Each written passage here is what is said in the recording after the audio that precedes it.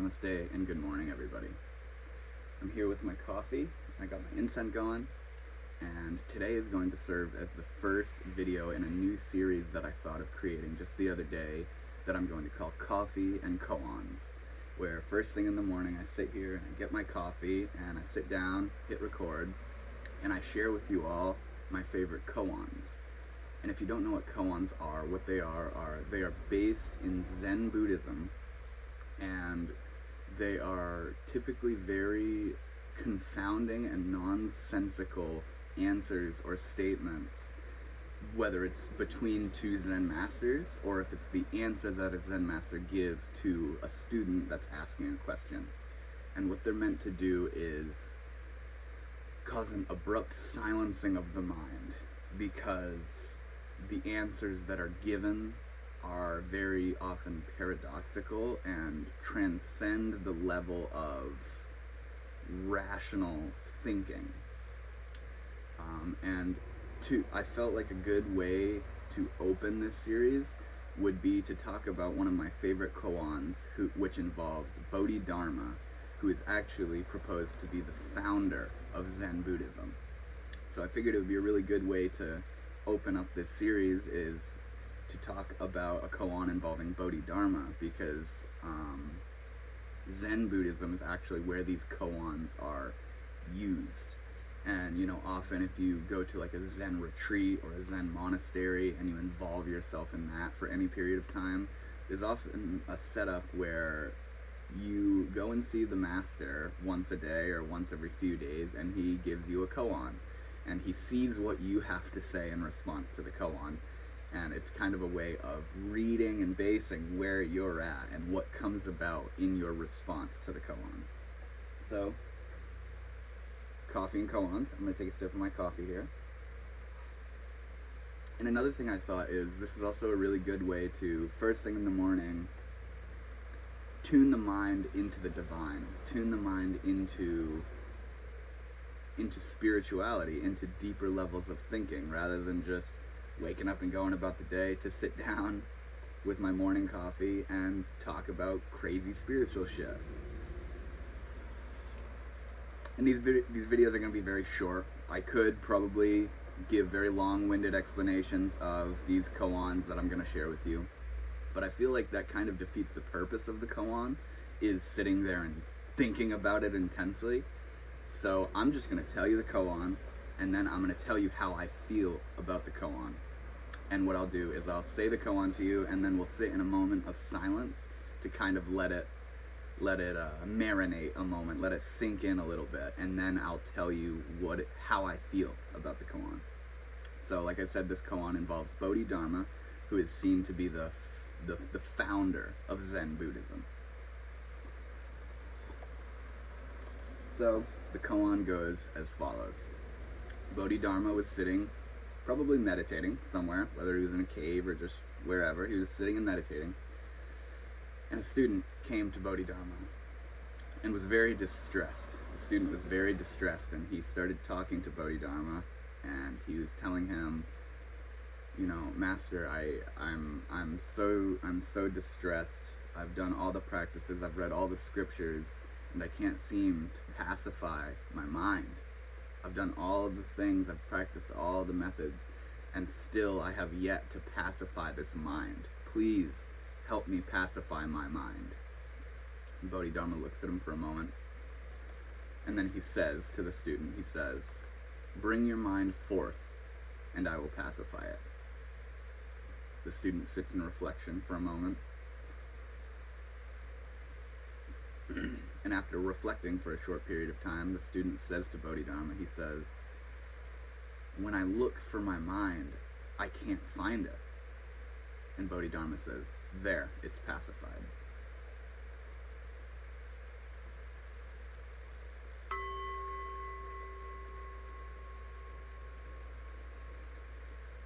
So now let's just sit for a moment in silence to allow that to sink in a little bit.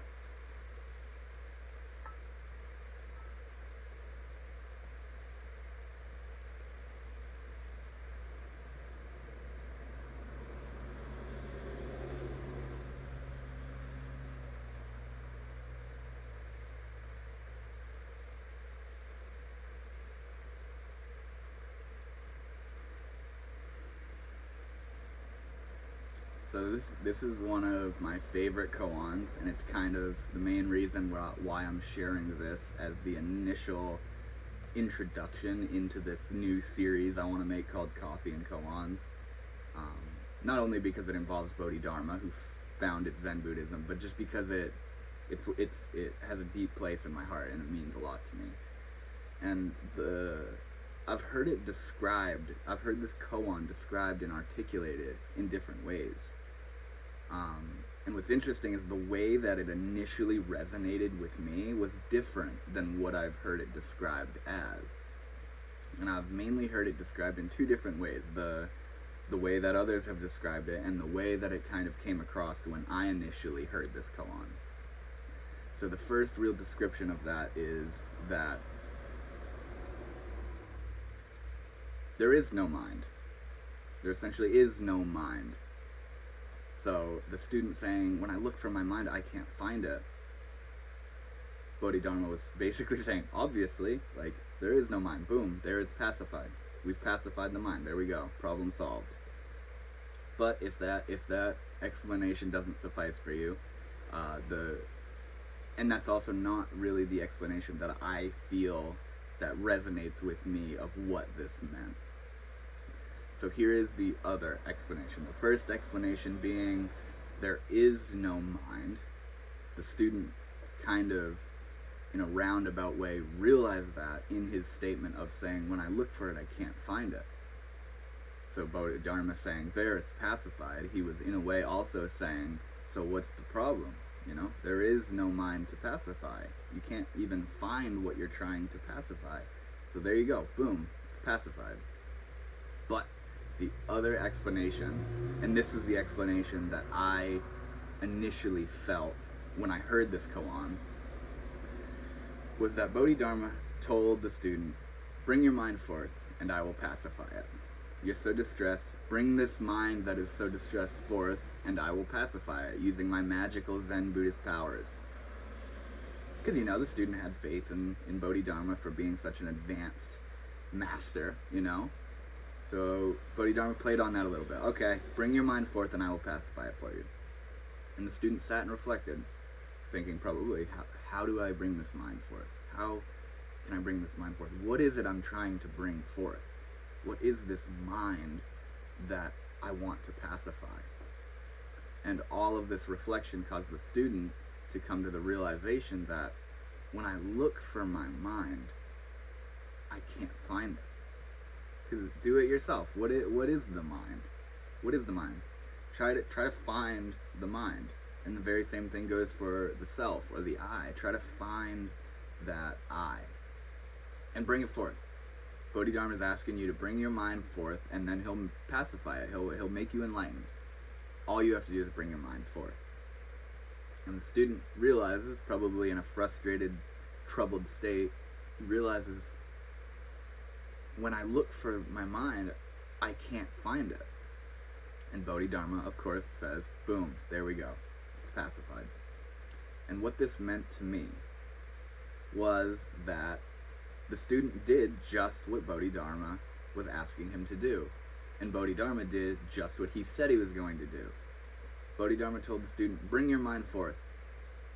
And the student goes, okay, I'm going to look for my mind. And then says, I can't find it. That is the mind. The student saying, I can't find my mind. When I look for my mind, I can't find it, is bringing the mind forth. The mind is what's looking for the mind. The mind is the thing that's distressed and is looking for the mind, looking for the thing it wants to pacify. And when this student said to Bodhidharma, when I look for my mind, I can't find it. That was the mind. That is the mind speaking and revealing itself. Do you see what I'm saying here? Him saying, when I look for my mind, I can't find it. That is the mind that Bodhidharma was asking him to bring forth.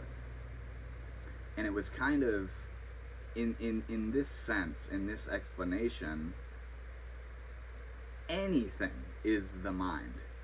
The student could have, clapped or started singing a song, or laughing, or saying anything, because any sort of movement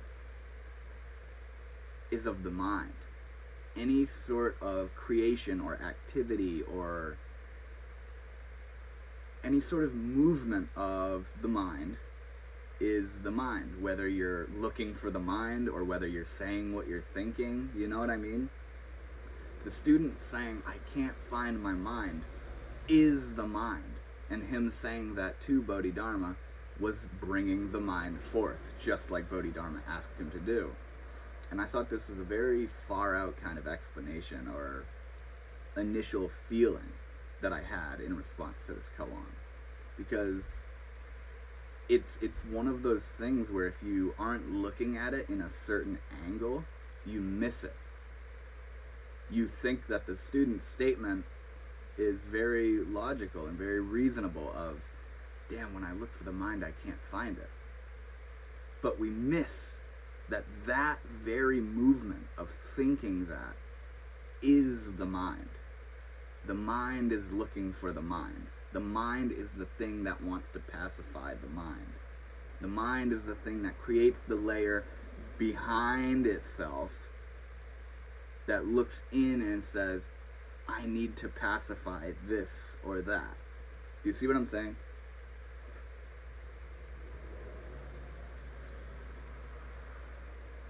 So that's really it. I want to keep these videos very short. I want to let you make of this koan what you will. And yeah, I hope you enjoyed. Let me know in the comments what you thought of that koan and what you think kind of overall of this series idea. I just think it'd be a really fun way to philosophize and get all zenned out and imagine crazy shit and talk about crazy Zen stories. Because I have a few that I'd like to share with you guys. But yeah, thank you so much for watching. Let me know what you think. Let me know if there's a koan that you would like to hear me talk about. And also, before I go, I do want to re-articulate that what I'm doing right now, it kind of goes beyond the point of the koan, where it's kind of, koans kind of have the vibe or the taste or the nature of a joke, where if you don't get it initially, you're not going to laugh at it when someone sits and describes it to you like I'm doing right now.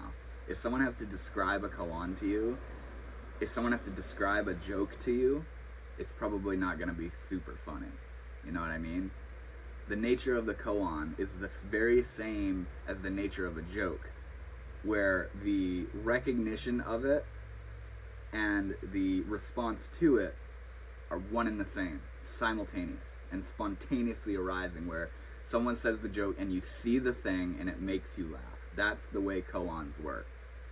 Maybe you had that response when you listened to me talking about this koan, and you had a sort of sudden insight into what the whole thing is talking about.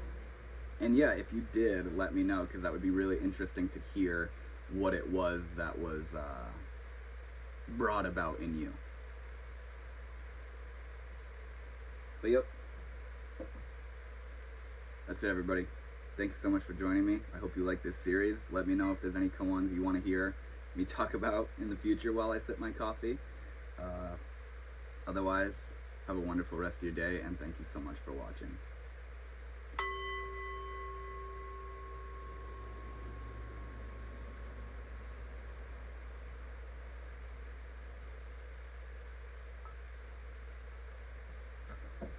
See you guys.